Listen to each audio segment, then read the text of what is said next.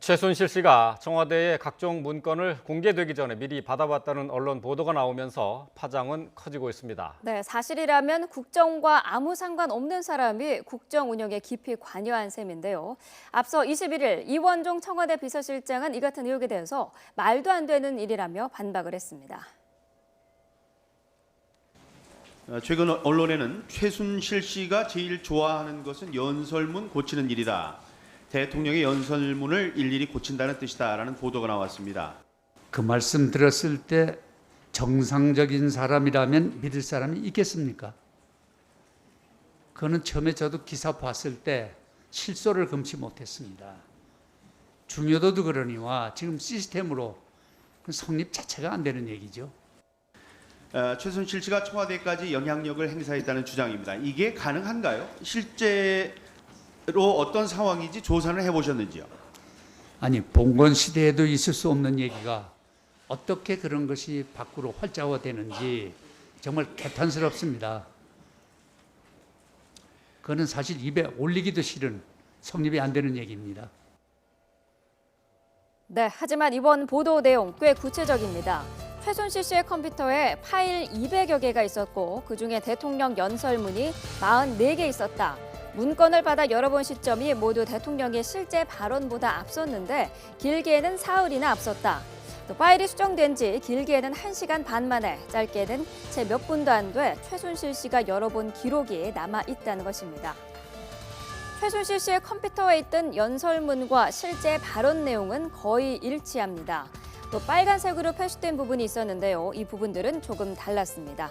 직접 들어보시죠. 2014년 3월 드레스덴 연설입니다.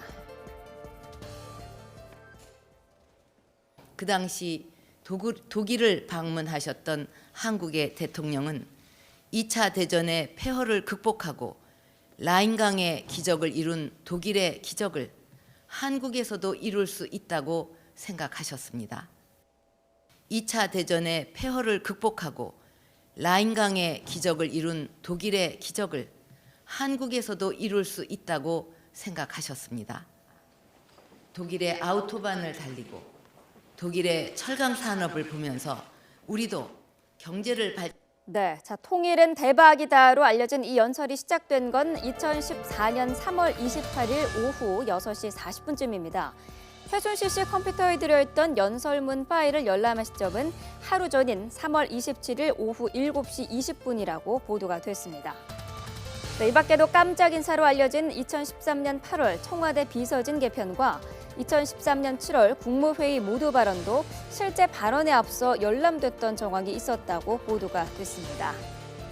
청와대에서 생산된 문서는 밖으로 유출될 수 없습니다. 대통령 기록물 관리에 관한 법률에 따르면 위반 시 3년 이하의 징역이나 금고 또는 7년 이하의 자격정지에 처하도록 하고 있습니다. 2014년 정윤회 문건 파동 당시 박근혜 대통령은 문건의 내용보다도 청와대 문건이 외부에 유출됐다는 사실에 초점을 맞추면서 국기문란이라고 말한 바 있습니다. 이번에 문건을 외부로 유출한 것도 어떤 의도인지 모르지만 결코 있을 수 없는 국기문란 행위입니다. 이런 공직기강의 문란도 반드시 바로 잡아야 할 적폐 중 하나입니다. 또한 조금만 확인해 보면 금방 사실 여부를 알 수 있는 것을 관련자들에게 확인조차 하지 않은 채 비선인이 숨은 실세가 있는 것 같이 보도를 하면서 의혹이 있는 것 같이 몰아가고 있는 자체가 문제라고 생각합니다. 이제 선진국을 바라보는 대한민국에는 이런 근거 없는 일로 나라를 흔드는 일은 없어져야 한다고 생각합니다.